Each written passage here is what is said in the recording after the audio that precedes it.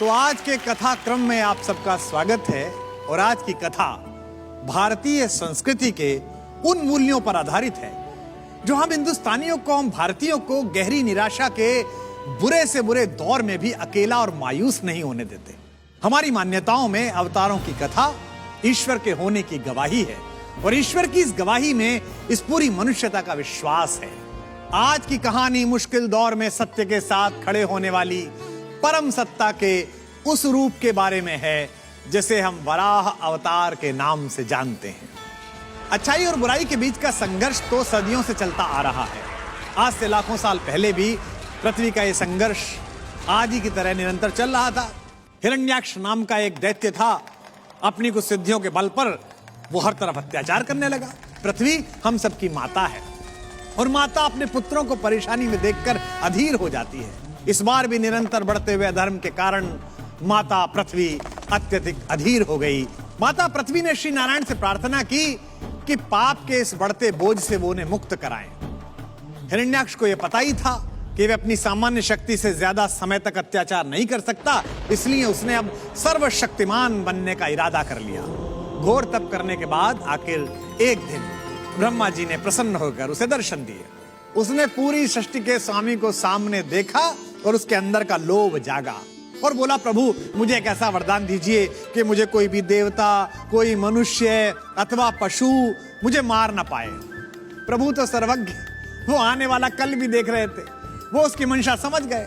उन्होंने हिरण्याक्ष से कहा कि भाई जिन जिन प्राणियों से अजय होना चाहता है उनकी एक लिस्ट बना के दे दे, सूची बना के। ऐसे में कहां देखता फिरूंगा कि कौन न मार पाए, कौन न मार पाए। लोभ से ग्रस्त हिरण्याक्ष ने तुरंत देवता, मनुष्य, पशु, पक्षियों की एक सूची बनाकर ब्रह्मा को दे दी। ब्रह्मा जी ने कहा, तथास्तु, इस सूची में सम्मिलित देवता, मनुष्य और पशु तुझे कभी पराजित नहीं कर पाएंगे, ये वरदान देता हूं।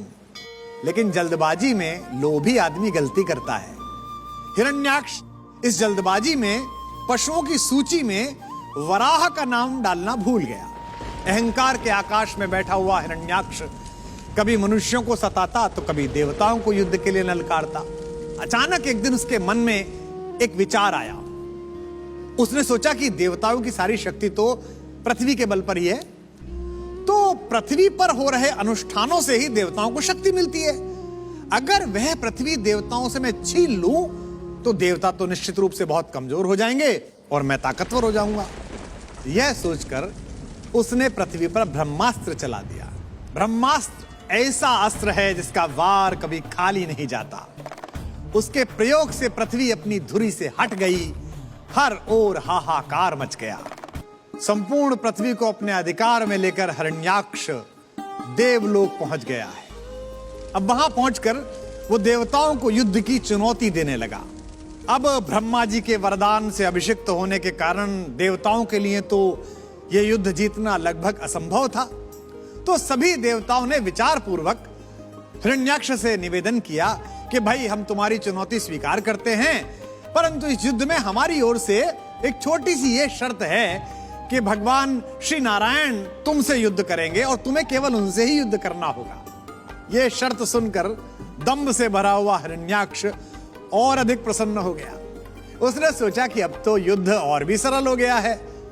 उधर भगवान विष्णु को जब इस बात की सूचना मिली तो वे तो सूची का वो छोटा सा छेद जानते थे जहां से मनुष्यता का प्रकाश आना था, और उन्होंने उस सूची से छुटे हुए वराह के रूप में स्वयं को प्रकट करने का संकल्प ले लिया।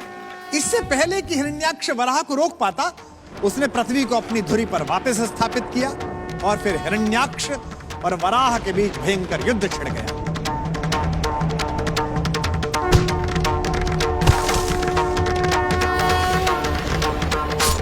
युद्ध की समाप्ति पर हिरण्याक्ष मारा गया, सत्य की पुनः विजय हुई और असत्य पराजित हुआ। देखिए इस कथा का सार क्या है।